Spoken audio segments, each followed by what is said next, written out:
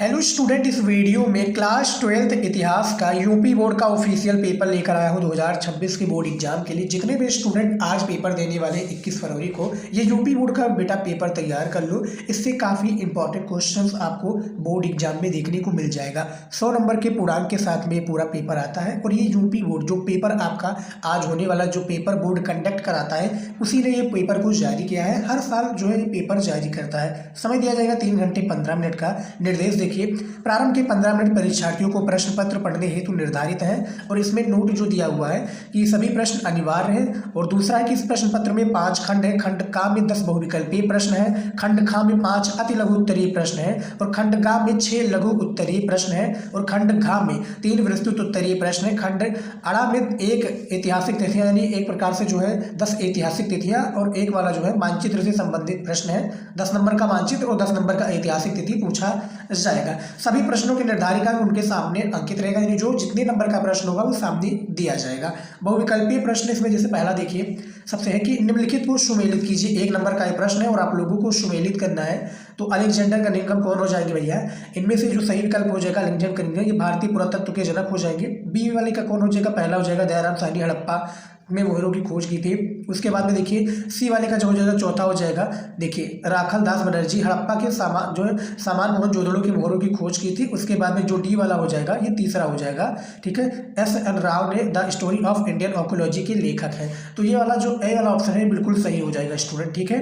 पहले नंबर यानी ए नंबर का यानी इनका ये सही विकल्प हो जाएगा और मैंने सुमेलित भी कर दिया। 1 नंबर आपका बिल्कुल यहाँ पर कंफर्म हो जाएगा। उसके बाद में देख लेते हैं अगला प्रश्न। यहाँ पर देखिए दूसरा प्रश्न है कथन और कारण वाला। 1 नंबर का ये प्रश्न है। दूसरा प्रश्न है कि ए है कथन, हड़प्पा निवासियों का सुंदर क्षेत्रों का संपर्क था। बी है कारण, पुरातात्विक खोजों में मेसोपोटामिया के क्षेत्रों में हड़प्पाई मोहरें बाट पासे मन के प्राप्त हैं। तो इनमें से आपको बताना कौन सा सही हो जाएगा भैया। 4 विकल्प है, वीडियो को रोक लीजिए फिर आप लोग जो है इसका करेक्ट आंसर बताइएगा, ठीक है। तो इनमें से जो सही विकल्प हो जाएगा ये पहला वाला ही हो जाएगा। ए और बी दोनों सही है, बी ए की सही व्याख्या करता है, ठीक है। बी जो है ए की सही व्याख्या करता है, तो ये वाला सही हो जाएगा।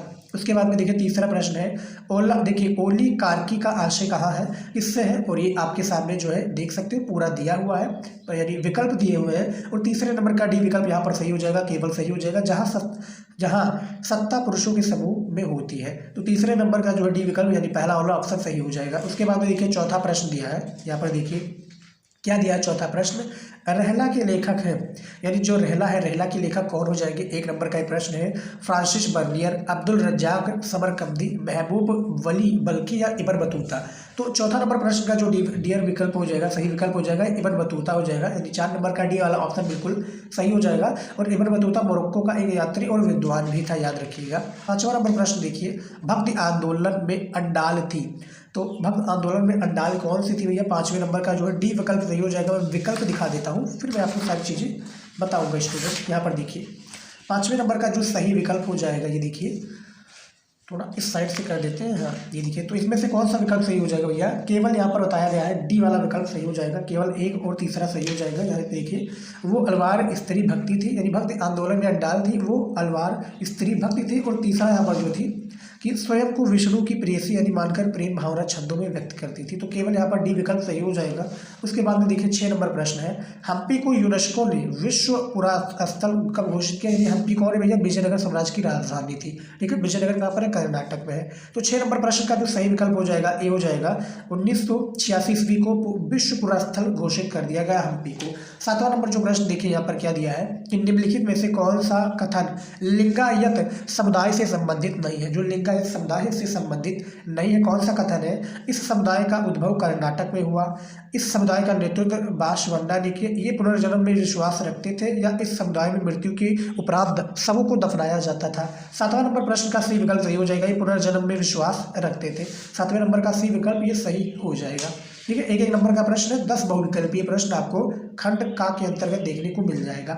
8वां प्रश्न है 1857 ईस्वी के विद्रोह में लखनऊ का नेतृत्व करने वाली अवध की महारानी का नाम क्या था भैया? लखनऊ यानी नवाबों का शहर लखनऊ भैया। तो इसमें से बेगम हजरत महल हो जाएंगी, याद रखिएगा। 8वें नंबर का वी विकल्प यहाँ पर सही हो जाएगा। क्या बेगम हजरत महल हो जाएगी, बेगम मुमताज़ नहीं, बेगम हजरत महल हो जाएगी। सही विकल्प सी वाला हो जाएगा।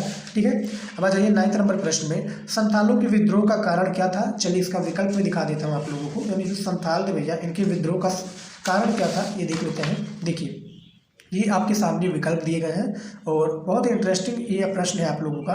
तो इसमें से सही विकल्प कौन सा हो जाएगा भैया, 9 नंबर का डी विकल्प सही हो जाएगा। उपयुक्त तो सभी हो जाएगा, सही से पढ़ लेते हैं। संथालों ने जिस जमीन को साफ करके खेती शुरू की थी, सरकार उस पर भारी कर लगा रही थी। बी है साहूकारी ऊंची दर पर, यानी जो साहूकार ऊंची दर पर ब्याज लगा रहे थे, ब्याज न चुकाने की स्थिति में वे जमीन पर कब्जा कर ले रहे थे। और सी वाले पर उर्वरक जमीनों उनके लिए दुर्लभ हो गई थी क्योंकि वे अमन, देखिए वो अब दामिन का हिस्सा बन गई थी। तो उपयुक्त वैसे में सभी हो जाएंगे जो कि संथालों के विद्रोह का कारण था। अब आ जाइए 10 नंबर प्रश्न में क्या दिया है, निम्नलिखित में कौन से कथन सहायक संधि के संबंध में सत्य नहीं है। यानी जो कौन सा कथन है भैया जो सहायक संधि के जो संदर्भ में सत्य नहीं है। और आपके सामने विकल्प दिए गए हैं 10 नंबर प्रश्न का, और इसमें से जो डी वाला विकल्प सही हो जाएगा, यानी केवल एक और चौथा सही हो जाएगा। यानी सहायक संधि लॉर्ड डलहौजी द्वारा तैयार की गई थी, सही है। चौथा है सहायक संधि स्वीकार करने वाला शासक विदेशी नीति एवं अन्य शासकों से संधि करने हेतु स्वतंत्र था। तो ए और तीसरा सही हो जाएगा, इसमें से केवल डी पर टिक लगाइएगा। ठीक है, इस तरीके से इतिहास में क्वेश्चन आते हैं। लेकिन देखिए ये जो है यूपी बोर्ड ने जारी किया पेपर, और जो पेपर आपको आता है वो केवल जो है बहुविकल्पीय प्रश्न में ही आएगा। केवल एक क्वेश्चन आ जाएगा कथन और कारण वाला, बहुत कम चांस होता है कि कथन और कारण वाला एक क्वेश्चन आए भी। अब आ जाइए अति लघु उत्तरीय प्रश्न, जिसका आपको 30 शब्दों में एक प्रश्न का उत्तर देना है। ठीक है, 11 नंबर प्रश्न है, मौर्य साम्राज्य की जानकारी है तो किन्हीं दो साहित्यिक, देखिए क्या है, किन्हीं दो साहित्यिक स्रोत का नाम बताइए, जिसके लिए 2 नंबर दिया जाएगा। टोटल 5 ही अति लघु उत्तरीय प्रश्न आपके इतिहास में पूछे जाते हैं। ठीक है, फिर 12 नंबर प्रश्न है, जैन धर्म और बौद्ध धर्म के सिद्धांतों को कोई 2 अंतर लिखिए, इसके बारे में मैंने ऑलरेडी पढ़ा ही रखा है। 13 नंबर प्रश्न है, सगुण और निगुण भक्ति परंपरा के 2 अंतर लिखिए। तो आपको सगुण और जो निगुण परंपरा है इसके 2 आपको अंतर लिखना है, जिसके लिए बेटा 2 नंबर यहाँ पर भी दिया जाएगा। 14 नंबर प्रश्न है, खुद कास्त और पाई कास्त किसान किसे कहते थे, इसके बारे में बताइए, इसमें भी आपको 2 नंबर दिया जाएगा और इसके बारे में मैंने ऑलरेडी बता रखा है। 15 नंबर जो प्रश्न है, सूर्यास्त विधि क्या थी, इसके बारे में अच्छे से बताइए, सूर्यास्त विधि के बारे में बताइए अच्छे से। ठीक है, तो ये प्रश्न था 5 अति लघु उत्तरीय प्रश्न, इसको जरूर तैयार कर लीजिए। लघु उत्तरीय प्रश्न देखिए स्टूडेंट, लगभग 80 शब्दों में आपको इसके एक प्रश्न का उत्तर देना है। 16 नंबर प्रश्न दिया है, अभिलेख शास्त्रियों को होने वाली किन्हीं 5 समस्याओं की सूची बनाइए। ठीक है, 5 नंबर का प्रश्न है, 80 शब्दों में एक प्रश्न का उत्तर देना था। जैसे कि मैंने आपको बताया ही था कि आपको जो 50 से 100 शब्दों के बीच में आपको इसकी प्रश्न का उत्तर देना है। 17 नंबर प्रश्न है, सांची स्तूप के संरक्षण में बंगाल की बेगमों की क्या भूमिका थी, इसके बारे में बताइए, ये भी 5 नंबर का प्रश्न है। सांची स्तूप मध्य प्रदेश। 18 नंबर प्रश्न है, बेसरिया, क्या प्रश्न है, बेसरिया और बासरिया सूफी परंपरा के बीच समानता व विभिन्नता दोनों को स्पष्ट कीजिए, आपको आधा नंबर यानी 2.5 नंबर दिया जाएगा। 19 नंबर प्रश्न है, विजयनगर की जल आवश्यकताओं को किस प्रकार पूरा किया गया था, इस प्रश्न का ऑलरेडी मैंने आपको उत्तर बता दिया है काफ़ी सारे मॉडल पेपर में।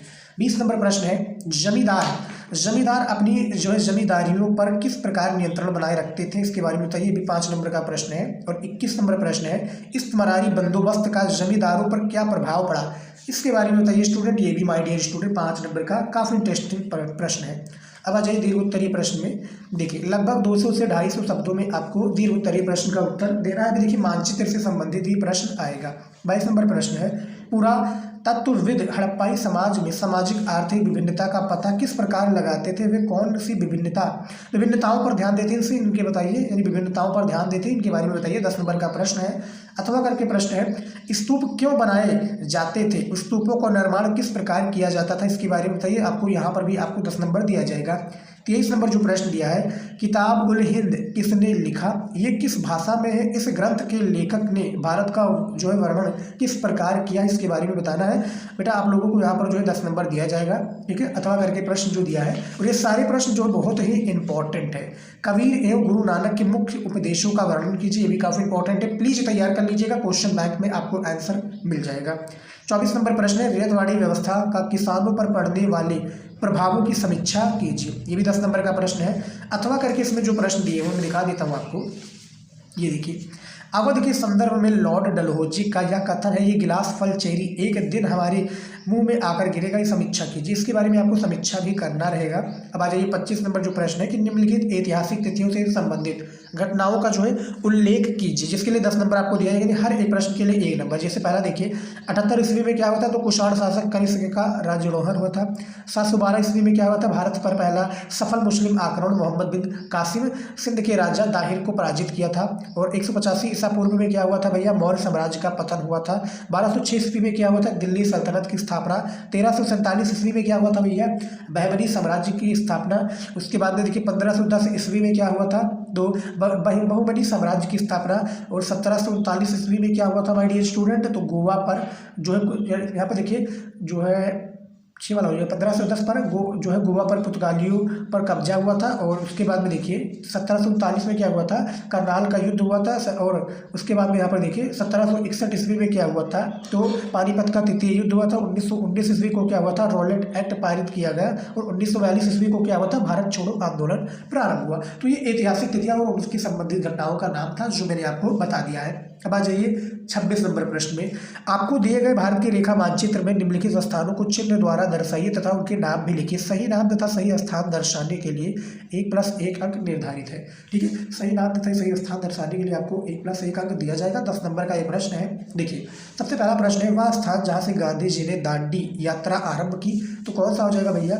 दूसरा प्रश्न है, वह स्थान जहाँ से वीर शैव परंपरा की शुरुआत हुई, इसके बारे में बताइए। तीसरा है, वह स्थान जहाँ 1857 की विद्रोह की कमान जमींदार कुंवर सिंह ने संभाली, तो वह स्थान जहाँ गांधी जी ने दांडी यात्रा प्रारंभ की, तो साबरमती आश्रम हो जाएगा, गुजरात हो जाएगा। ठीक है, गुजरात या अहमदाबाद हो जाएगा। वह स्थान जहाँ वीर शैव परंपरा की शुरुआत हुई, तो यह कर्नाटक हो जाएगी। ठीक है, कर्नाटक में। उसके बाद तीसरा वह स्थान जहाँ 1857 की विद्रोह की कमान जमींदार कुंवर सिंह ने संभाली, तो ये भी है जगदीशपुर बिहार हो जाएगा, जगदीशपुर बिहार हो जाएगा। चौथा वह स्थान जहाँ गौतम बुद्ध ने प्रथम उपदेश दिया, तो ये सारनाथ हो जाएगा, सारनाथ। उसके बाद में पांचवा वह स्थान जहाँ 10 मई 1857 ईस्वी को छावनी के सिपाहियों ने विद्रोह किया, तो ये भैया मेरठ हो जाएगा। कौन सा हो जाएगा, मेरठ हो जाएगा।